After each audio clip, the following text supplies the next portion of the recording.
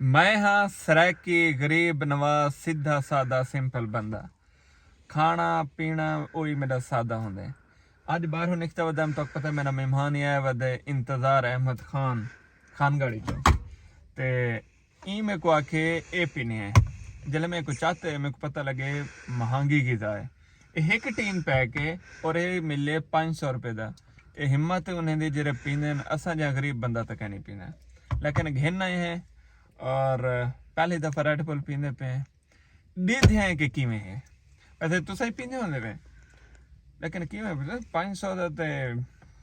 गल 5 किलो आटा मिल वैसी या वही ज्यादा मिल सी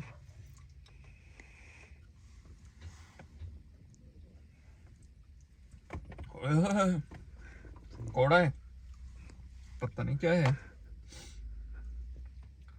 red bull stimulant drink stimulant या लांटे क्या है बड़ी औखी है यार कोड़ा है बहुत ज्यादा कोड़ा है उन्हें पता नहीं है क्या गाल है ये महंगा है या भाव सस्ता है शिक्षा मेरे जहन नहीं चाहती है रिज़्क़ के हलाल कमाओ मेहनत ज्यादा करो रात नहीं जागो खून वहो कमाओ भला खाओ पुरसकून थे के याशी नाल खाओ गंदी है चंगी है सस्ती है महंगी है हे मेरी हलाल दी कमाई दे ना इंदे कने अफसर शायद दुनिया च कोई कहने कोई बेशक रिज़्क़ के हलाल रिज़्क़ के हलाल रिज़्क़ के हलाल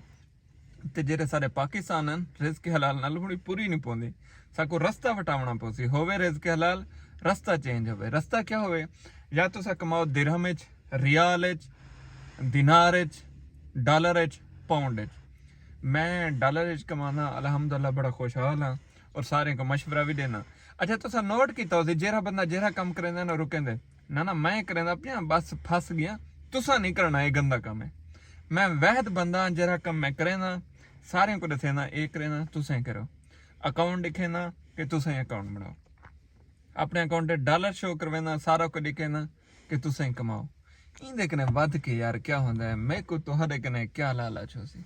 तुसा कराची चुरे थे बैठे वे लाहौर चुरे थे बैठे मैं को तुसा क्या फायदा दे सकदे वे लेकिन तुसा अपना कोई स्टेप चाहता अपनी जात वास्ते फायदा दे सकदे वे खैर एक सीरियस गल है मैं के कर गए ना ते मरका रेड बुल पिवाए बहु चंगी है बहु कोड़ी है थोड़ी जी स्मेल अजीब है टेस्टी चंगी है 500 रुपए दी महंगी है चंगी हो सी जे जी है ना चंगी है बाबा 500 रुपए दी है 500 वाली चीज चंगी होती है चंगी